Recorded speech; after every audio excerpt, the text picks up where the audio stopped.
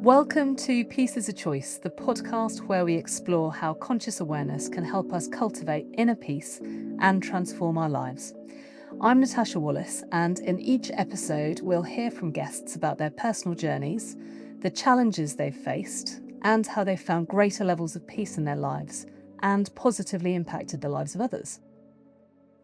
Today, I'm joined by the incredible Lizzie Allan, a professional comedian, trained therapist, and co-founder of Hilarapy, the visionary organisation helping people use laughter as a positive, reliable, and therapeutic tool for addressing problems that can otherwise seem overwhelming. Lizzie is transforming lives through comedy, therapy, music, and even a touch of magic to create spaces of connection, healing, and peace. Lizzie, welcome to Peace is a Choice. I can't wait to get stuck in.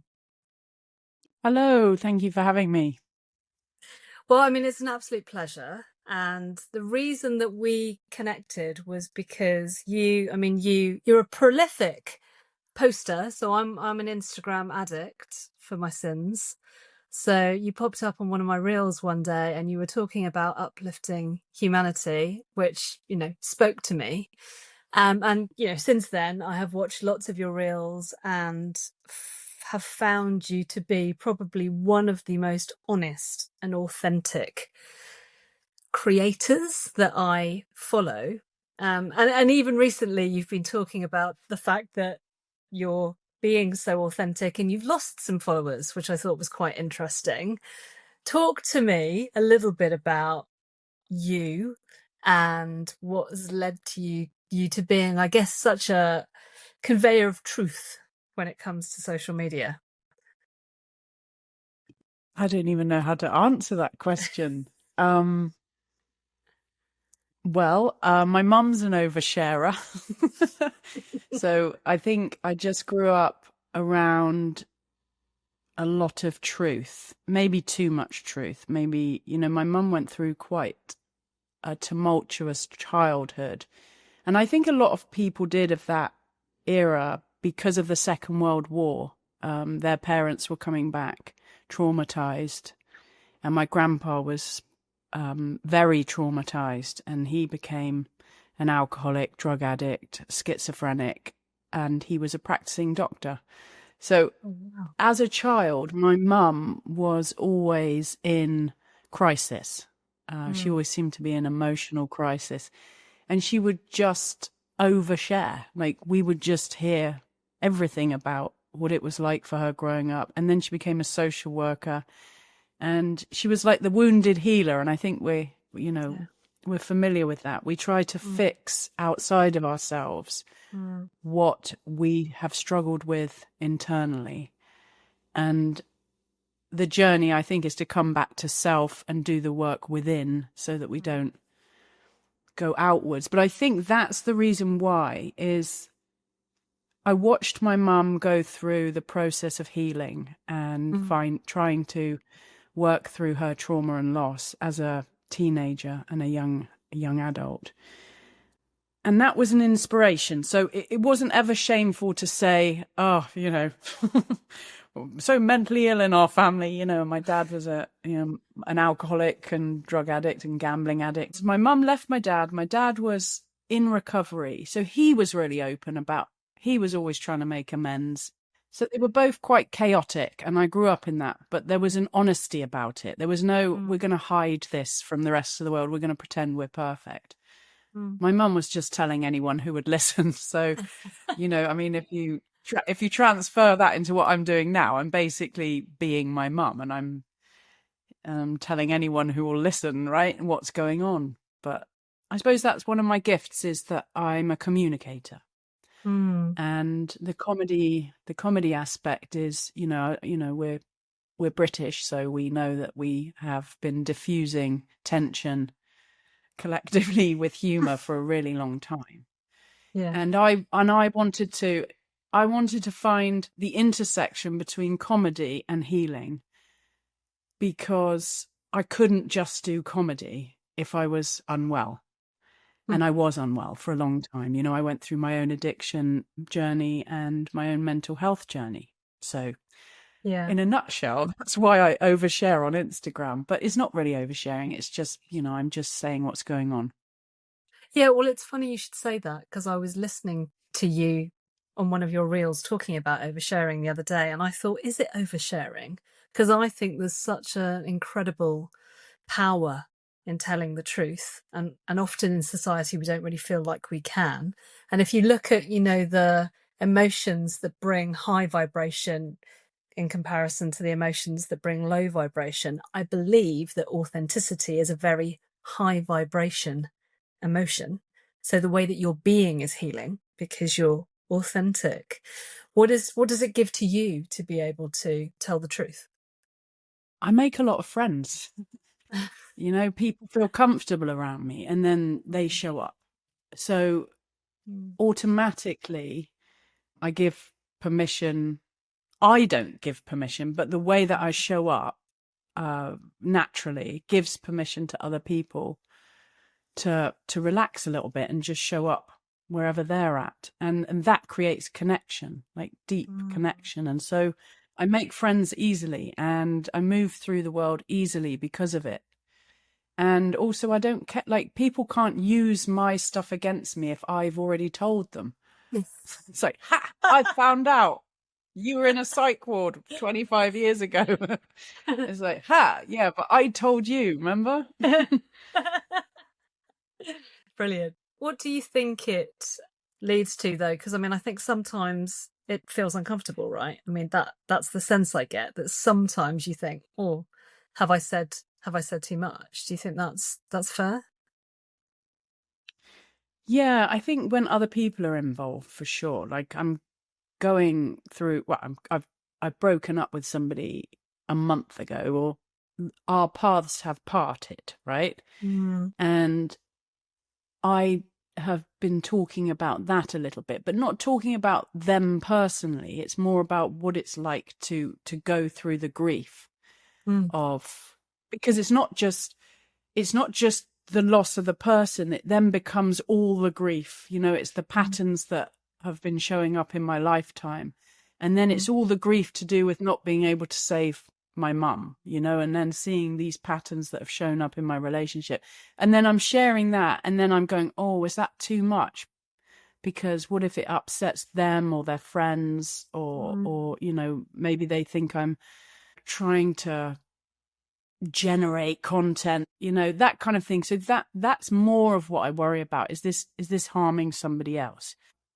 But then I get messages from people and they just really appreciate it because they're going through it themselves, and it's a universal experience and it's not personal. Yeah.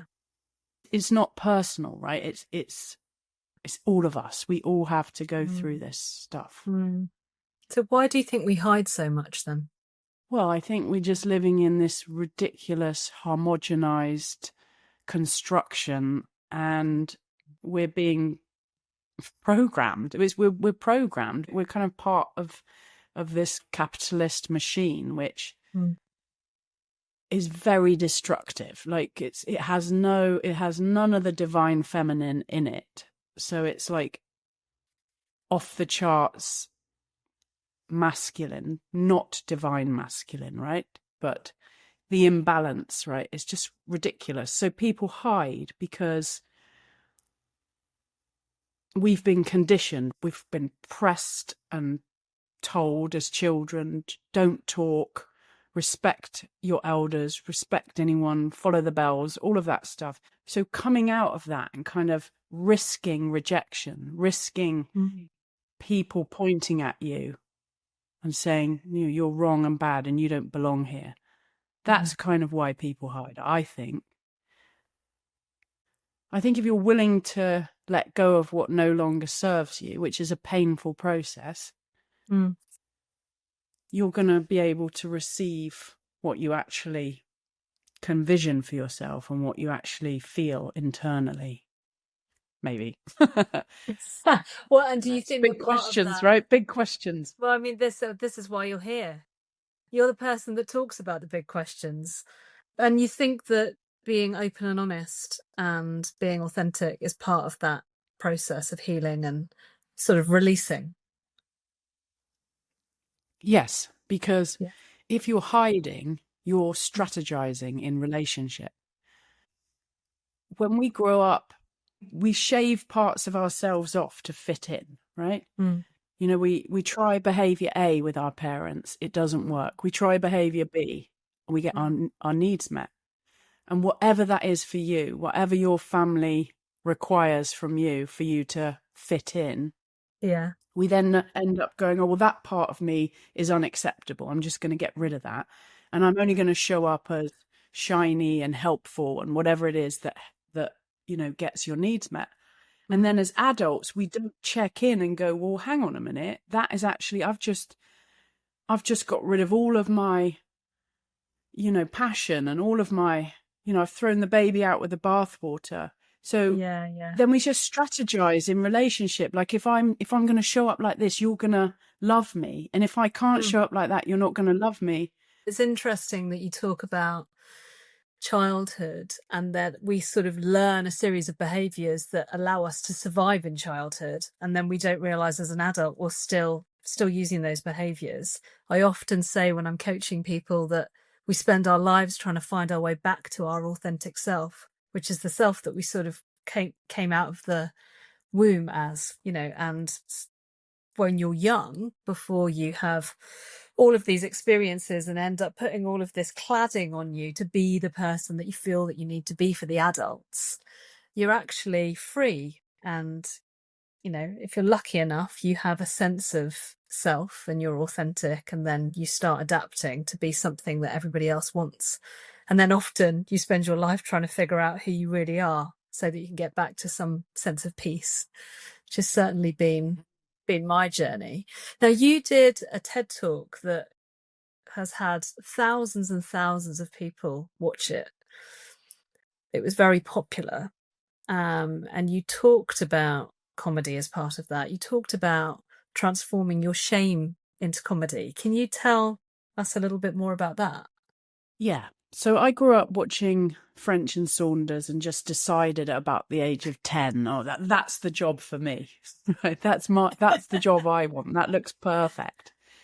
And growing up, I couldn't really get that dream off the ground because of everything that got in the way. I was not well, right? I was running away from myself. I had internalized homophobia. I was smoking weed. I was doing drugs. I was partying. I was just pretending. And I went through this whole episode of psychiatric ward when I was 19 and came out the other side of that and decided, right, I really need to do whatever it is I'm supposed to be doing, which felt like some sort of performance.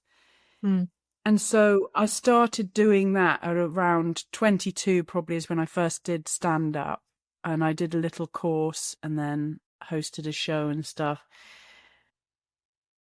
But I was so hyper vigilant of the one person in the room that didn't like me. I was running on fear. And it was a lot of fear of having to be perfect. Come back when you're perfect, right? Which is not something you can be straight away. You have to go through the learning process. But it was just so painful and traumatic not to be perfect because of stuff that had happened, specific things that had happened and had stuck with me. So I would go to the stage, I would do something, and then that would leave me running from the stage for years at a time. Oh, wow. Then when I finally got into recovery, I was 29, and 2 years into my recovery, two of the older people in my recovery circle, they said, you've got to go and do some education. Of course, I was terrified. I didn't have the points for university, nothing, I was just... But there was a course that popped up, and it was comedy writing and performance degree at Salford University in Manchester, Salford, but Manchester. And it was like the first time they'd ever run it. It was just so magic. It came out of nowhere. It was like, we're doing this course, and I joined the course, got on it. And 3 years later, at the end of the course, I did a research performance project. And I kind of didn't know what I was doing. And my poor tutor had to kind of spoon feed me, you know, what's your question? Because, you know, the whole thing was just bizarre to me, all of it, everything, education, everything. It's just bizarre. Like, why are you even putting anything up, like your creativity on a marking system? That would like really bother me. Yeah. Anyway, I digress, but I did this research project. Can I use comedy as a therapeutic tool to smash the shame and stigma that I carry? And so then began my research into, well, who's using comedy as a therapeutic tool? And, you know, that's why I'm in Canada, actually, because I found somebody here that does it. And I thought, well, I'll go and do some work experience with that person. Eventually, that happened after. But that performance changed everything for me. And it was filmed, and then a psychiatrist from the psychiatric ward I was in 10 years before saw it and invited me to come and do a performance for a mental health roadshow. And then somebody else saw it there and said, would you come and do it at our treatment centre over here? And somebody else saw it there and said, can you come and do it for our charity over here? And it was like, oh my God, this is really helping people. At the same time, I was putting on a show or putting on a comedy night at a dry bar with all my recovery friends. And I was just living it out, this beautiful experience of being around all these beautiful recovery people with all the joy of being free from active addiction. And then I got a job with a charity, a front-running charity that really builds communities of recovery outside of services. And that was up in Preston. It's called Red Rose Recovery. And that was a really networking job. And they said, well, we can help you with your comedy. You could do your comedy therapy here. So they got funding from the Drug and Alcohol Services. I began doing this work over there, and I called it Addictive Comedy. And we had that night. And then I thought, well, the people who are coming out of this course can come and perform at our recovery night in the Northern Quarter in Manchester. And we were always sold out. It was so popular, and the vibration in the room was always just brilliant. And it didn't matter if you were good or not, which is something that you do not get in comedy clubs. Right. We were just glad you were alive. that was like, we're just glad you're freaking alive, mate. And we're just like going to cheer you and love you up. And just the way that everybody, you know, if somebody came into the room, you know, the audience would all mix. They'd all get together. You know, there was just this like hugely healing and joyous vibration in the room. And that's what kind of, I started to join the dots, and it was like, oh, hang on a minute. If we mix the community and we mix the therapy and the spirituality and the camaraderie with the comedy, with the creativity, with the storytelling, with the ownership, we've got something different here. Now we've got something which can come out of the, you know, the 12-step recovery meetings and all the stigma that comes along with that. We can come out of, you know, and we can just come out and tell our stories. And it just snowballed. And I moved to Canada, and I needed to get away from that because I was doing the same story again and again. And I was like, I'm bored of this now. I need to go and move and do a creative project. And I just sort of thought, well, I'll just go and do 6 months in Canada. And when I got here, I thought, oh, I think I'm going to live here. And I've been here 10 years now. But to stay, I trained as a therapist, which actually changed my life, because I began then to look at the fact that I had shaved off half of who I was, that I was only showing up in the parts where, you know, because growing up with a mother who was always having a meltdown, I had learnt to push feelings down and internalize some sort of story where my feelings hurt other people. Yeah. It was unsafe to have feelings as a child because it seemed to make my mum more, you know, she couldn't cope with then having children with needs as well as being a social worker, as well as all the stress and the overwhelm that you would get. So I learnt to cry, and I learnt to embrace my shadow, and I got to know this other part of myself which I had rejected. And then when I came onto stage, I was somebody else. I wasn't I was all of me. And then I realized, well, we don't have to be perfect on stage. In fact, the more permission I give myself to just be here and be authentic, the better. Yeah, amazing. So I've got so many questions in my head, and if I asked you all of them, we'd be here for hours. So let's focus on the one that's really buzzing around in my mind, because there's something about your energy that makes me think that you go with your heart, or you go with your gut, or you go with your intuition. You're moved to do something. I'm moving to Canada. I'm doing this. I'm going to I mean, for a lot of people, the decisions you've made in your life would seem like risks, right? But it feels like you are moved to do something. Do you think that is that a fair observation? Yes, and good eye. Because I have a team of people or team of workers, and I came here on a mission. And I see team in, in spirit or other dimensions. So I came here on a mission. Like, I've always just known I'm going over here now. I'm going over here. And there came a point in my life where I said, I'm not going to sit on this volcano anymore. I remember being about 22 or 23 and just having this, because I would sit on that dream, like the dreams that I had and the visions that I had of me being in certain places and being around certain things and doing certain things.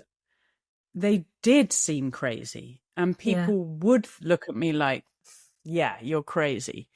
Yeah. Because it was so out there and so big. Yeah. My friends used to call me cosmic from like the age of like 18. Like, oh, Liz, you're so cosmic. And I'd be like, oh my God, guys, we can have all this love without drugs. I was like, that was, my sister had to say, Liz, we're all trying to have a good time here. Can you just shut up? But I was like, no, we can have this without drugs. And that was like, I'm jumping about the place, but a certain point in time, I have finished with a place, or a place has finished with me, and I'm ready for the next step. And first of all, it will tell me in many ways, okay, you're going to go over here. First, I'll start seeing where I'm going. I'll get a green lit, like I feel like my body will get a green lit. It'll be, yes, I get excited about that. It feels good. I might sit on it a bit. If I sit on it too long, the universe will kick me. It will kick me. I will become uncomfortable and I will have no choice. So now I know I will listen and I will be directed. And every time I am directed, it is better than I ever could have expected, because we are all connected to source. We are able to intuitively make decisions if we have a connection with our higher self, higher whatever. We can literally be guided through a war zone safely. Do you remember Harriet Tubman? She was an escaped slave, and there's a whole film about her, and she would rescue slaves, and she would guide them up through to Canada. But she would do it all intuitively. So she would know when to stop, when to keep moving. And she rescued so many people like that because she was in tune with a higher. And we all have that, but it takes discipline, right? And the logic mind will say, don't do that. You're going to get a pay rise, so you can't leave the job, Yeah, absolutely. Even though the job is killing you, right? The whole system is killing us, right? The whole system is killing the planet. And we need to be able to step out of that and follow our own inner guidance system. We need to trust ourselves. So what you're basically saying is, I trust myself. Well, I mean, I love this. I wasn't expecting us to talk about it, but here we are. So that was obviously meant to happen. So, I mean, you and I are very, very similar in that respect, but I never talk about this. I mean, there'd be very, very few people who I would tell that I am guided to. But this is just something that happens. I'm guided. I get these I call them messages, and then I have to act. So pretty much my whole life at the moment is about, I'm getting all sorts of direction that comes from somewhere, and I am following it, because for the first time in my life I have let go of trying to control my life, and I realized that that was making me desperately unhappy. Because actually, as you say, if you listen and just stay attentive to what is going on around you, you get all of the information that you need in order to be able to make all of the decisions that you need to make to live your best possible life. I mean, I'm sure there'll be people listening to this that think that that is crazy, but I really firmly believe that it's true. How do people who haven't already figured this out start to see that that is possible, that trusting their gut is possible, that taking maybe more risks is possible, that following their soul's purpose is possible, that doing something that doesn't look like the conventional path is okay? Well, I think people don't have a choice anymore, because the systems are absolutely crumbling around us. And if you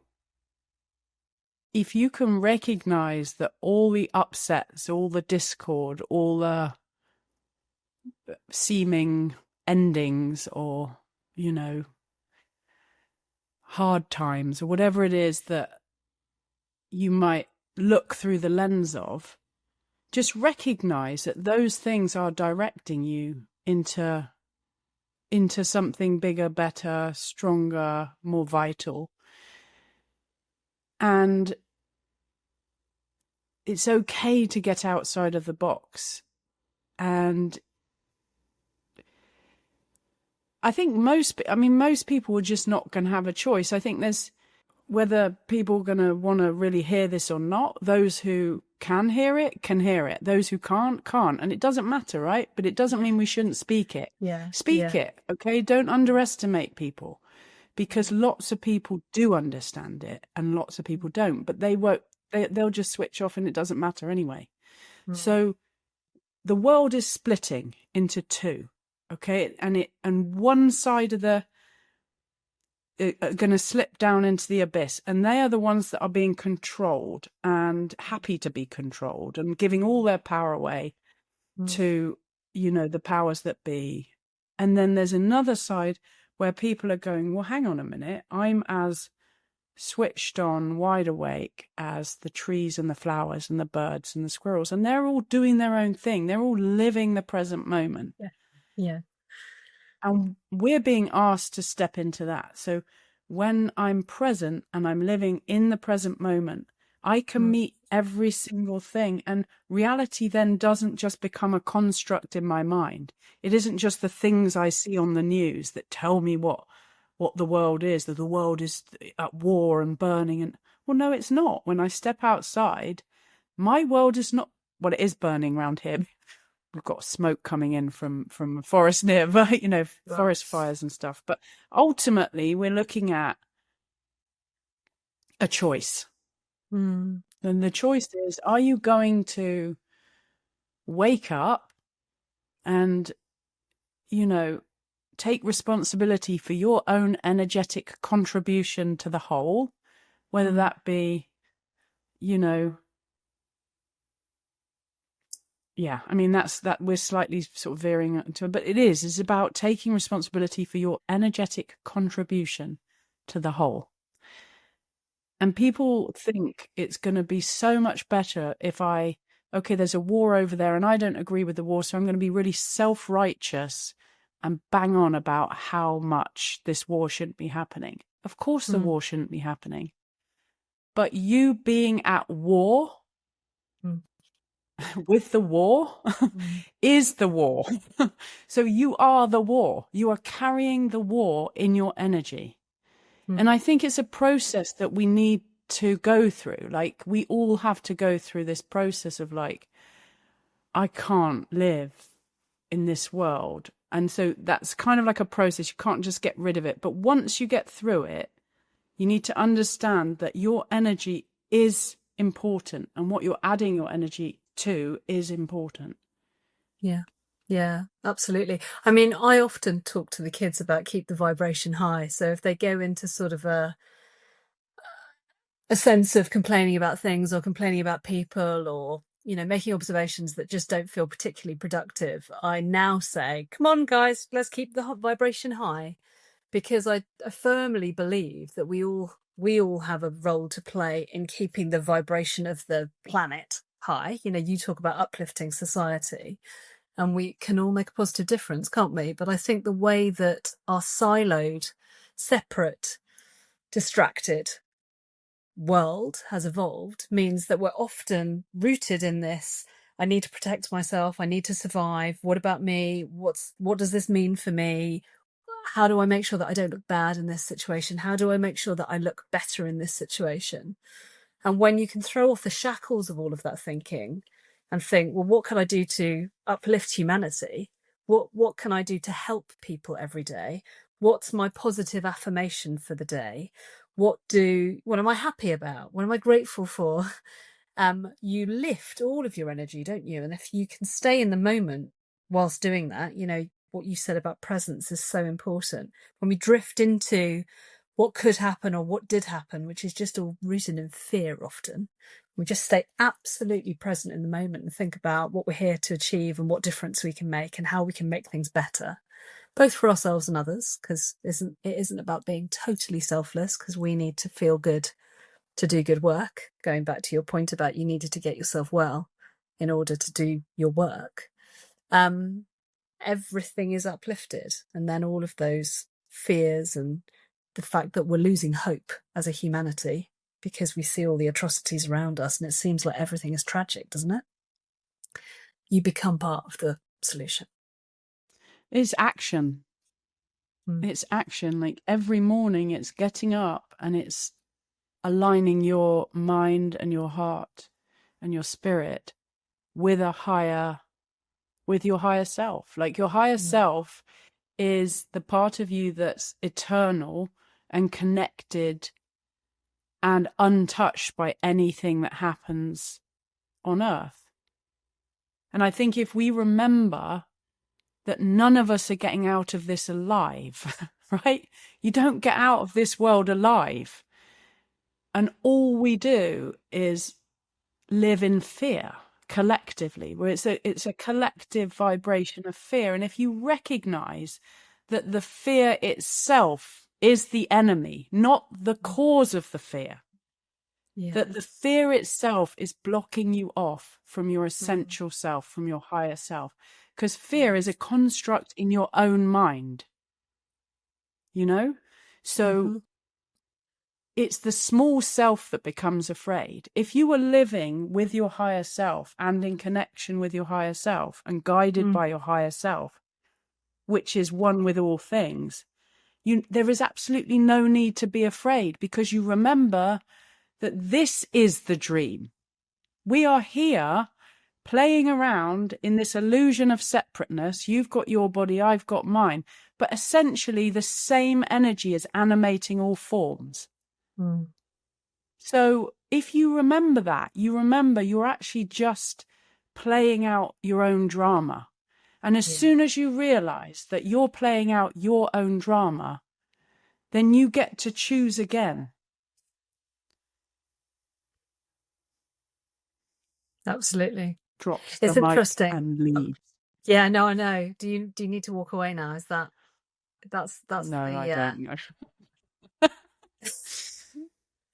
Yeah. I read a book. Have you ever read the series of books called Conversations with God? Absolutely, I have. Yeah, I mean, they're a wonderful. Well, I mean, regardless of whether you believe in God or not, I think they're just a brilliant series of books to get you thinking differently. One of the things I read was about the fact that we are in heaven now. This is heaven, but we are screwing it up, and we are screwing it up because of fear and greed. But this is as good as it's going to get. I mean, it is. I don't believe that, but this is heaven. There is no hell. We're not all going to hell. We're not going to burn in hell. We are creating hell on earth. And I guess it sort of speaks to everything you just said, which is we have choice. We have a choice to walk out into the world every day being scared of it, or we have a choice to go out into the world and uplift it. You know, heaven and hell, you can switch between them all the time. That's called timeline jumping. Or you can switch between different, you know, futures, basically, where you're taking yourself. And heaven and hell is a decision inside oneself. You can sit in heaven, right? You can sit on a beautiful beach in a beautiful part of the world. But if you dwell on negativity, you will be in hell. But you can also be in prison and dwell on heavenly things, dwell on right-minded things, and be in heaven. And I'm a massive fan of the Tao Te Ching, or Tao Te Ching is how they say it, I think. I don't know what my point from that is, but anyway, I suppose that's perimenopause for you, isn't it? It might come back. Yeah, I now believe that if I forget something, whether it's to do with perimenopause or not, I wasn't meant to say it. Or something else will come in a minute that's even more profound. 100%. Well, that brings us to acceptance, which I think is the answer to all our problems. Because what you were talking about earlier, you were talking about sort of, I want things this way, I want things that way. The ego mind, I'm better than, I'm worse than, this. And you talked about not controlling anymore. Like you're accepting you don't actually have control. So I think when people start sounding out, like, I'm not saying don't speak up about important things and don't take right action and don't, I'm not saying any of that. I'm not saying just ignore the plight of other humans or the planet. It's really, don't get so upset and angry and self-righteous and blamey. Yeah. When your energy, when maybe you're not speaking kindly to people in your day-to-day life, or maybe you're not kind of, showing up in relationships in peace and love.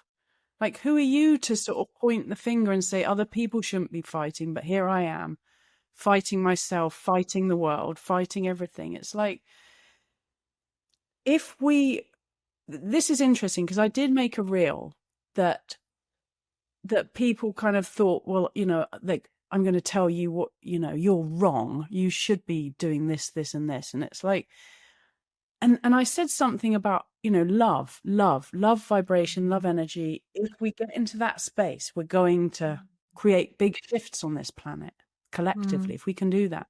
And people think, no, you need to fight against these powers. You need to fight. But they don't understand that when you are in the vibration of love, your actions are going to be inspired by love.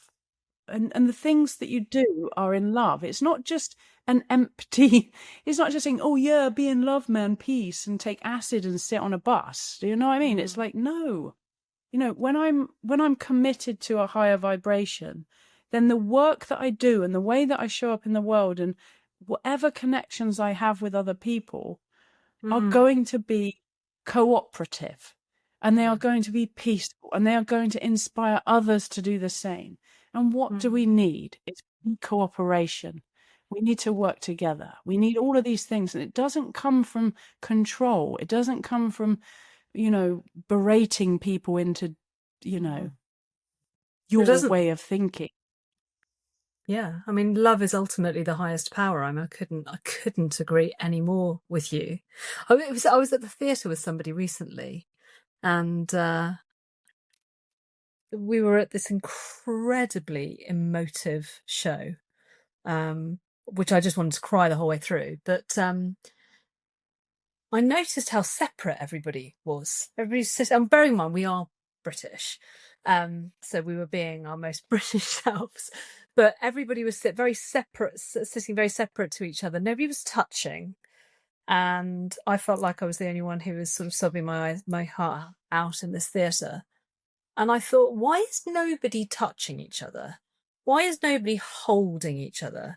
Why is nobody loving each other up? Why do we not see that? Why do we not? I sort of slipped into some sort of weird 60s type of vibe where I was like, and we had, for part of the show, we had to go outside into like a Minack theatre type of outside amphitheatre.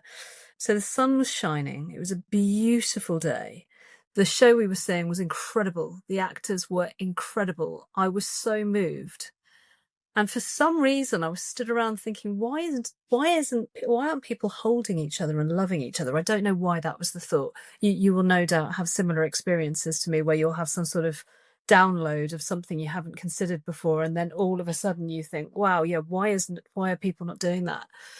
And I just thought, why have we separated ourselves so much in society?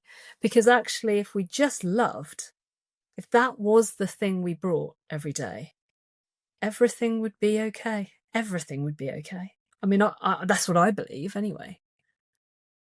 Yeah, I love that. I love that you noticed that. That's such a powerful realization, because what we're talking about here is fear, separation, and conditioning and control. So it's the collective mindset. It's like you were talking about, why do we hide, right? So you felt like the only person in that space who was bawling their eyes out, and other people were probably having to hide it for the very same reasons that I told you about, that it wasn't safe to have feelings. Like, if you speak to my dad will say, we didn't have feelings in the 50s, right? It's like we have been programmed by a generation, maybe lifetimes of people who have been told, you're not allowed to have emotions, you're not allowed to show up, it's not safe. And we're still living with, maybe it wasn't safe 500,000 years ago, right? Maybe it wasn't, because of all the people, the kings and whatever, that controlled the land, and you're just a serf on the land. And do you know what I mean? We come from, it's a brutal history we come from. So we are living in trauma. We are traumatized collectively. And that's the nature of reality. Like, nobody escapes trauma. Nobody escapes the effects of growing up with traumatized people. But when we recognize and we show up in love, we fall in love with ourselves. We bring ourselves back to ourselves and go, hang on a minute, I am a miracle and I'm going to live as such. And then your essential consciousness, your light, will shine through, and it will animate you, and it will animate the people around you, and they will just wake up. They'll go, oh my goodness, of course we can all hug. Do you know what I mean? Like, do you ever get that like thing where you want to stand up in a really quiet room and shout something, like, to sort of just break the monotony of just conformity, where you go, hello everyone, I'd like to make an announcement. We are all my sovereign. children, my children would tell you that I do that, and that they're mortified by it and want to leave me, basically, because I will. And then, we'll be walking through London, and I'll just want to shout an expletive or something, just to sort of shake things up a little bit, because everything's just so conformist. But actually, as a consequence of that, I often feel like I don't conform. I mean, now I'm comfortable with that. I now have reached, the point in which I just think, I don't care.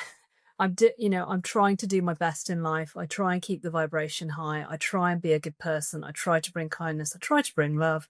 And I know that people sometimes look at me and think, you're odd. You're just a weirdo. And I'm like, yeah, that's true. I am. Thank you very much. Thanks for noticing. But you have to get comfortable with that, don't you? My 15-year-old daughter, can't get comfortable with that right now. Not with me, but, she wouldn't be able to have that thought for herself, because, of course, we live in this society that's constantly looking. We're all looking at each other to go, what do they say? What do they do? What do they wear? How much do they earn? What do they drive? Are they cool? Are they ick? I mean, all of the things. And it's just, it's such I know, kids are so funny. Brah.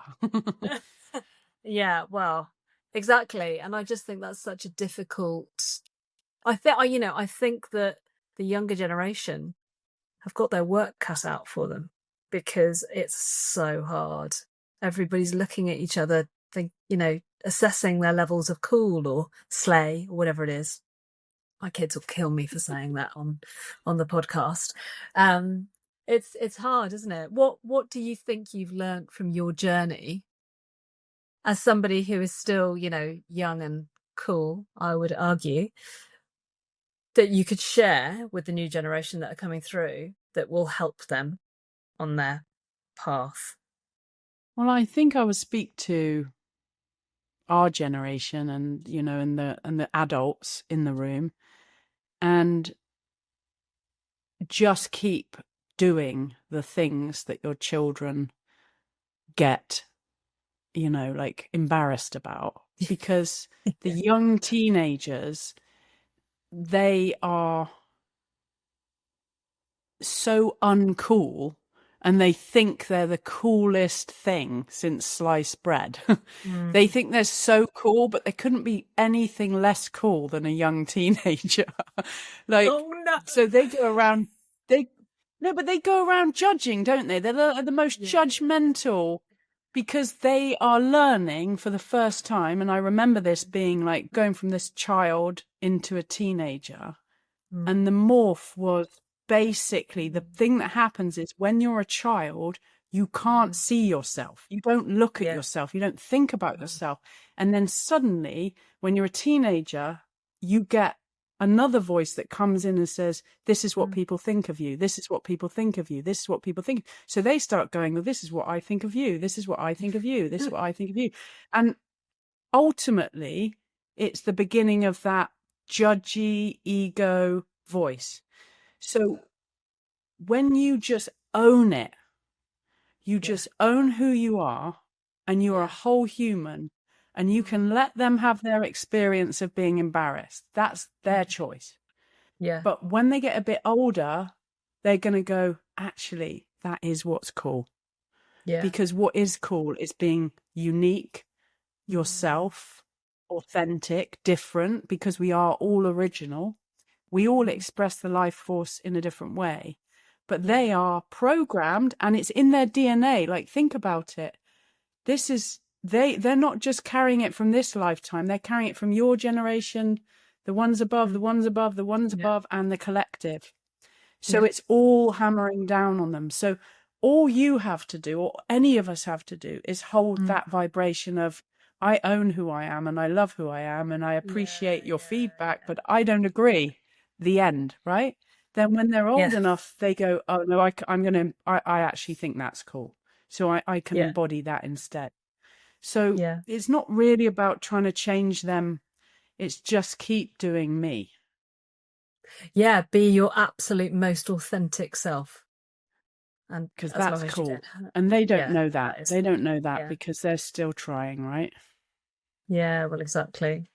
So there's two questions I've got left. One is, if people want to work with you to do what you do now, what is it you are doing now, and how can they do that? Well, I coach people one-on-one, but I only work with 3 people at a time. So it is an investment. I'll tell you that for free. But you get access to me, and I work very closely with you, and we have a really good time. When it comes to hilarity, I am going to run another course here, but I am going on tour in the USA next year. So I will be working through the States, and that's going to be a whole other chapter. So that's where I'm being led at the moment. Great. And then, of course, once I get my visa to do comedy and comedy therapy in the USA, well, all bets are off. I will just absolutely take off like a rocket. Yeah, great. So, and that's it, really. Fantastic. So you're going to take off like a rocket, which is great. Yes. And just quickly explain to us what the hilarity is. I think it's an important thing that we cover before we go. Hilarity is the intersection of therapy, spirituality, and comedy. And I have a course which is 10 weeks long, but we are in process to turning that into a series. So you'll be able to watch it, basically, and follow the journeys of these characters as they go through their process to get to the stage, to own their stuff. So that's where that's at the moment. So it's not as easy for me now to do courses locally and things like that because of the other creative projects that I have to get going. But it's all coming. Okay, so we need to watch. We need to watch, wait, and listen. Yes, and my website will be up and running fairly soon. So lizzieallan.com. And in the meantime, how can people get hold of you? So you can follow me on Instagram at Lizzie Allan Vision. And you can sign up to an email list and things like that. But everything's coming. I'm a bit of a one-man band, but the team is building and building and building. Great. Well, and obviously, if there's anybody out there who wants to help you, who in actual 3D form as a real human being, maybe they can reach out. Before we go, we also must talk about the Women's Circle, because, of course, that's the other way that people can get some of this wonderful Lizzie Allan love. I've been to your Women's Circle, which was just chef's kiss. Having had a really tricky day, I came and it just meant that I had a really good sleep, actually. Do you want to just quickly explain a little bit about that and how people can find out more? Yeah, you can go to the Women's Circle Movement.com and learn about everything to do with that. And it's a leaderless movement of women's circles that we hope will spread across the world. And it's a place where you can come for free or by donation and be heard, seen, share and witnessed, and we just lift each other up. And it's not coaching, it's not therapy, it's connection. And at the moment we have one circle that meets every Monday at 12 PST, which is Vancouver time, but you can work out the time difference. It's 8 o'clock in the UK. Yeah. And lots of different women from all over the world come and we share the facilitating, we make it continue. There's no leaders. Anyone can start a circle in person. We have all the resources you need to start your own circle online, and we are going to act as the hub. So the Women's Circle Movement is the hub, so people can come and go, oh, look, there's a women's circle in my area, or there's one in my time zone. That's the thing. That's the vision. But we start small and we go out from there, I suppose. Well, that's the secret to success. You've got to start somewhere. And it was incredible when I came, and I will definitely come to more. So I would highly recommend it. I could go on talking to you for a very long time, Lizzie, not least because I learn something every time I listen to you, whether that's on an Instagram reel or in person. So thank you so much. I would really encourage the audience to track down Lizzie's content, because it's just incredible. It's very, very thought-provoking. And in a world where things are quite difficult at the moment and it's hard to keep your vibration up, Lizzie does help you to do that. So thank you so much for being a guest on the Peace is a Choice podcast today. I've hugely enjoyed it, and I'm sure there's lots of people that would get massive amounts of benefit from what you've shared with us today. Thank you for having me. It's been an absolute pleasure. Thank you for listening to Peace is a Choice. For any information on what we've covered in today's episode, and to connect with my guests, head to the show notes. It would be great if you could rate and review the podcast and subscribe now so you don't miss out on any future episodes.